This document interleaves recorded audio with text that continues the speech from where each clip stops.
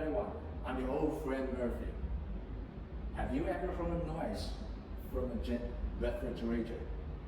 Don't worry, it may be just a small issue. You can handle it by yourself, even though you are not a technician.